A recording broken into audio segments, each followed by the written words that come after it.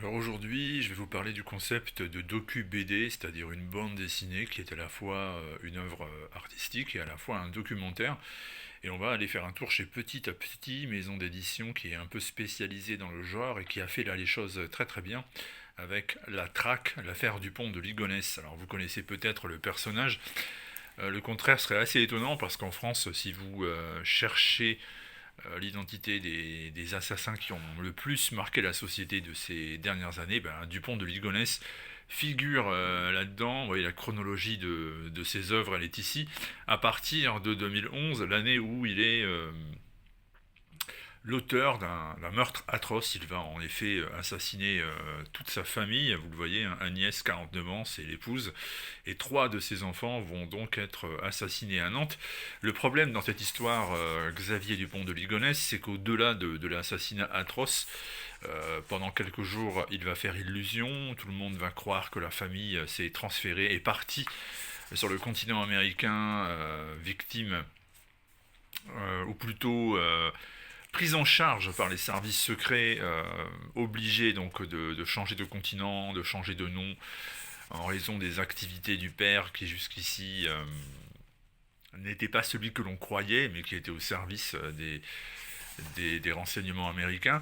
Mais c'est une hypothèse évidemment complètement farfelue, et au bout de quelques temps, les proches vont s'inquiéter, vont rentrer dans la maison de Xavier Dupont de Ligonnès, et on va découvrir les cadavres de toute la famille dans une espèce de petit renfoncement dans le jardin, une sorte de dépôt qui est sommairement muré avec du ciment encore frais.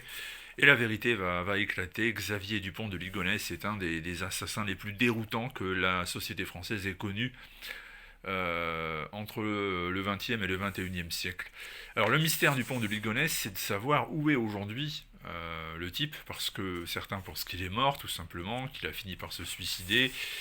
D'autres en réalité s'imaginent qu'il a pris la fuite et qu'il est parvenu à éliminer toute trace, au point qu'aujourd'hui certains croient le voir parfois. On avait même retrouvé Xavier Dupont de Ligonnès il y a quelques années à un aéroport à Glasgow, avant de se rendre compte que le pauvre type qui avait été arrêté n'y était pour rien, et on avait jeté donc en pâture sa vie tout simplement dans la presse partout, alors que le type n'y était absolument pour rien. Donc qui est vraiment Xavier Dupont de Ligonnès? Qu'a-t-il fait? Tout cela nous est expliqué dans le détail. Pourquoi? Il y a des pistes qui peuvent nous aider à comprendre, néanmoins personne ne le sait vraiment.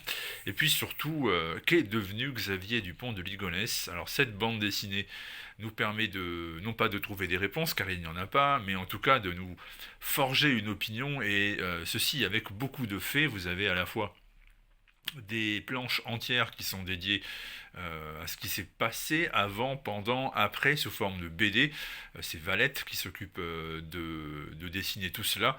Et puis vous avez aussi de très nombreux passages avec du texte qui vous permet de tout contextualiser, de tout comprendre.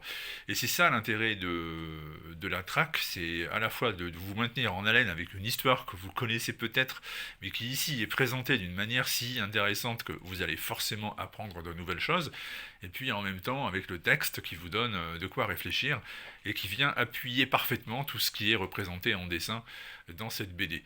Alors l'ouvrage en soi, hein, il est réalisé donc chez Petit à Petit par Valérie Maurice, hein, qui est une journaliste qui travaille donc dans un grand quotidien de l'ouest de la France.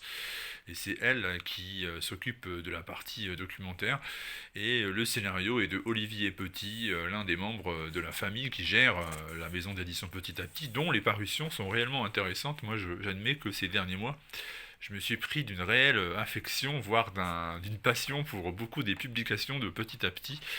Et ça, ça fait suite à ce que je vous dis, c'est vraiment très intéressant. Vous voyez, là, on entre même dans la cyber-enquête, puisque par la suite, sur Internet, beaucoup vont tenter de démêler le vrai du faux. Certains vont même permettre à la justice de comprendre de nouvelles pistes. Et au final, la traque est tout simplement passionnant, pertinent, très intéressant. Moi, j'ai vraiment beaucoup aimé. Alors évidemment, je répète, hein, il est possible que vous pensiez tout savoir, ou en tout cas l'essentiel de l'affaire Xavier Dupont de Ligonnès. Vous verrez que ce n'est pas vrai, et vous verrez que cet ouvrage va vous amener à vraiment réfléchir sur ce cas qui dépasse de très loin le fait divers. Je ne suis pas spécialement fan des faits divers, on ne peut pas dire que la vie des assassins me fascine tant que ça. Mais là, c'est vraiment un cas à part et c'est en plus très très bien traité, très très bien amené. Donc, pensez-y. La traque, l'affaire Dupont de Ligonnès chez Petit à Petit, je vous le recommande parce que j'ai vraiment passé un excellent moment de lecture avec cet ouvrage. A très vite.